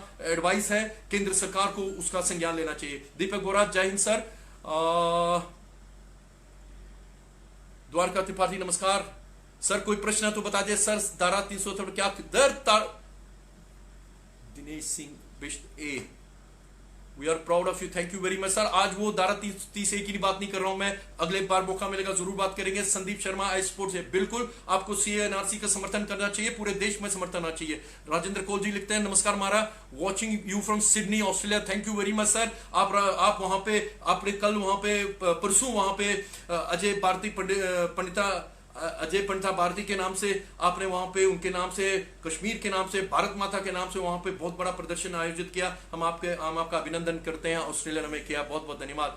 पुष्पेंद्र कुलशेखर सपोर्टर्स लिखते हैं, प्रेम जोशी POP से अशोक चौधरी, इस्लामिक जहाद पर कैसे काबू होना चाहिए लड़े? बिल्कुल मैं बोल चुका हूं, इस्लामिक जहाद मिलिट्री प्रॉब्लम है, दुनिया भर में मिलिट्री तौर पे जहादों को लड़ा जाता है, कश्मीर के अंदर भी जो हम लड़ रहे हैं, लेकिन हमारे स्ट्रेटेजिक ऑब्जेक्टिव ये होना चाहिए कि ये जंग का जो थिएटर है, वॉर थिएटर, ये एलओसी के पार ले जाना है। जब हम ये कर पाएंगे, जम्मू कश्मीर जो पाकिस्तान अधिकृत जम्मू कश्मीर है, जिसे जम्मू कश्मीर ऑक्यूपाइड, पाकिस्तान ऑक्यूपाइड जम्मू कश्मीर और लद्दाख है, जिसमें गिलगित बल्तिस्तान आते हैं, उनको आजाद कराना है। जब वो आजाद होंगे तो हिंदुस्तान की मुसीबत किसी हद तक खत्म हो जाएगी। उसके बाद हमने बलोचिस्तान का समर्थन करना है, आजाद सिंध का समर्थन करना है, पश्तूनों का समर्थन करना है, ताकि पाकिस्तान को छोटे छोटे भागों में बांट के जो वहां पे लोग हैं, आजाद परस्त लोग हैं, जिनका शोषण हो रहा है, उनको आजादी मिले। तभी पाकिस्तान जो अब छोटा होगा, उनकी आवाज कम हो जाएगी। वो तब हम पाकिस्तान से जो हमारे पास दुश्मनी पिछले 70 साल की है, जो नारा है, हंस के लिया था हिंदुस्तान, हंस के लिया था पाकिस्तान, लड़के लेंगे हिंदुस्तान, वो नारा तभी दफन हो पाएगा। कुलदीप कुलशेता, अरे हम भी हैं, जय हिंद कह रहे हैं सर। नगेंद्र कुमार जी, जय हिंद, जय हिंद सर, जय हिंद सर। सनी बर्मन, जय श्री राम, जय श्री राम। सिंधी हमारा कावा काशीदाम, धन्यवाद, आपने इसका इज़ार लगा, कावा काशीदाम, सिंध हमारा कावा काशीदाम, बहुत बहुत धन्यवाद निधि शर्मा इसके लिए। किरण पंडित, जय हिंद। मनोज कुमार, कोई प्रश्न है तो कोई बता दीजिए, मैं आपका मैं कोशिश करूंगा जवाब देने की। आप अभिनंदन कर रहे हैं, आप प्रणाम कर रहे हैं, आप मुझे धन्यवाद दे रहे हैं, धन्यवाद आपका, आपने अपना बहुमूल्य समय हमारे साथ गुजारा, बहुत बहुत धन्यवाद। सोनू गोयल, जय हिंद सर जी, जय हिंद सर। महोदय आप सब अपना ध्यान रखें, हम सब अस्तिक नायक है, हम सब अपना ध्यान रख रहे हैं, आप अपना ध्यान रखें। जब आप अपना व्यक्तिगत तौर पे अपना ध्यान रख रहे हैं, आप समझ लें कि आप पूरे समाज का ध्यान रख रहे हैं, आप पूरे देश का ध्यान रख रहे हैं। सिर्फ सिंधी ही नहीं, पूरा अखंड भारत हमारे नहीं बोलना चाहिए। बिल्कुल बिल्कुल, सिंध को आज़ादी मिलेगी, ये देश भारत माता के लिए बहुत बड़ा एक उपकार हुआ। पान सिंह, डॉक्टर मेहरा, भारत माता की जय। अशोक पंडिता इज वॉचिंग, बहुत बहुत धन्यवाद, thank you very much sir. Sonu Praveer Ghosh, love you sir. Madhu वागबा, नगेंद्र कुमार, पुष्पेंद्र जी के मिशन का सलाम। बिल्कुल, पुष्पेंद्र जी का मिशन, उसको सलाम, जय हिंद, प्रणाम। नरपत सिंह सिसोदिया जी कहते हैं we support you Pushpendra ji, we all support Pushpendra ji. राष्ट्रभक्त हिंदुस्तानियों, आपकी आवाज हमको चाहिए। Manoj Kumar Sharma sir in Rajkol ji is watching, बहुत बहुत धन्यवाद राजकोल। कशिर वुचान, बट वुचान, हिंदुस्तान वुचान, तो सारी धन्यवाद। वुचू क्या सपदा, मैं कश्मीरी में जो यहाँ पे कश्मीर से जो कश्मीरी हिंदू राष्ट्रभक्त, कश्मीरी जो लोग देख रहे हैं, उनको कश्मीरी में संबोधित करने की कोशिश कर रहा हूँ कि हम लोग जो, देखिए हमारे साथ आज हम अकेले नहीं है। 30 साल पहले, कई वर्ष पहले तक हम अकेले थे, लेकिन आज पूरा हिंदुस्तान हमारे साथ है, राष्ट्रभक्त हिंदुस्तान कश्मीरी हिंदुओं के साथ है। आज हम अकेले नहीं है, आज हमारे नरसंहार की बात पूरा हिंदुस्तान कर रहा है। मुझे उम्मीद है जो हमारी मांगे हैं उनके ऊपर जल्दी से जल्दी पालन होगा, और जब तक ये पनून कश्मीर की प्रक्रिया शुरू होती है, बनने की है, तब तक भारत सरकार कश्मीरी हिंदुओं को जो पलायन में है, उनको इंटरनली डिस्प्लेस्ड पर्सन्स की दर्जा दे, ताकि हम लोग में से जो मजबूर है, जिनको इकोनॉमिक तौर पे बहुत तकलीफ है, जो वहाँ के किसान थे, जो वहाँ पे बिजनेस कर रहे थे, उनकी जवानी निकल गई, इनकी इस इंतजार में कि कब वापस जाएंगे, उनका कुछ फायदा हो उस इंटरनली डिस्प्लेस्ड पर्सन के नाम पे। आपने जो कश्मीर के अंदर प्रधानमंत्री कार्यक्रम के अंतर्गत, प्रोग्राम के अंतर्गत हिंदू लड़कों और कश्मीरी हिंदू लड़कियों को जो नौकरी दी है, उनकी ये अजय